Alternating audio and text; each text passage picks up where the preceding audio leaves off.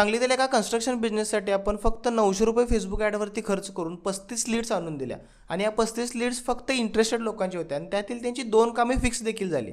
आता या लीड्स कशा जनरेट केल्या फेसबुक ॲड्स थ्रू हे आपण तुम्हाला स्क्रीनवरती दाखवतो. आता त्यांच्या सर्व्हिसबद्दल सगळी माहिती घेऊन आपण आपल्या ग्राफिक डिझायनरकडून ही इमेज तयार करून घेतली. आता ही इमेज आपण फेसबुक ॲड्सला लावणार आहे. ते आपण ही ॲड लावली, ती 10 डिसेंबरला चालू केली होती आणि त्याचा जर ओव्हरऑल आतापर्यंत स्पेंड बघितला तर 847 रुपये फक्त स्पेंड झालेला आहे. आता ही ॲड फक्त 8 ते 10 दिवस लाईव्ह होती. त्याच्यानंतर आपण त्या ॲड स्पेंडवरती आपण 5856 या एवढ्या लोकांच्यापर्यंत पोहोचलो आणि त्यातील 35 लोकांनी आपला फॉर्म फिल केला. आता या ॲडचा डेली स्पेंड जर बघितला तर फक्त 250 रुपये डेली स्पेंड आहे आणि या ॲडचं जर लोकेशन बघितलं तर फक्त आपण सांगलीच्या 25 किलोमीटर रेडियसवर आपण ॲड लाईव्ह केली होती. आता या ऑफरमध्ये आपण असे काही क्वेश्चन्स विचारले होते की जास्तीत जास्त इंटरेस्टेड लोकच हा फॉर्म फिल करतील.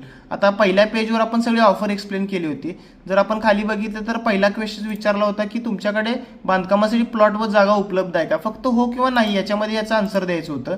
आता जर दुसरा क्वेश्चन आपण जर बघितला तर तुम्हाला बांधकाम कधी सुरू करायचं, म्हणजे याच्यातून त्याची अर्जन्सी कळते, लगेच करायचं 1 ते 3 महिन्यात करायचं की फक्त प्लॅनिंग करतोय, या सगळ्या गोष्टी आपल्याला आधीच कळतात.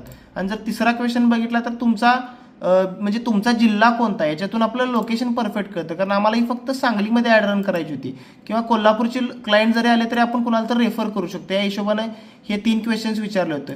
या 3 क्वेश्चन विचारल्यामुळे आपल्याला जास्तीत जास्त इंटरेस्टेड लोकच फक्त आपल्यापर्यंत येतात. इथं बघितलं तर आपण त्यांचं फर्स्ट नाव आणि फोन नंबर हे मेटा ॲटोमॅटिक फिल करतं, त्याच्यामुळे जास्तीत जास्त लोकांचा डेटा आपल्यापर्यंत येतो. आता तुम्हाला देखील तुमच्या बिझनेससाठी ॲड रन करायला शिकायचं असेल तर फक्त कमेंटमध्ये ॲड टाईप करा. तुम्हाला फेसबुक ट्रेनिंगबाबतच्या सगळ्या डिटेल्स DM मध्ये मिळून जातील.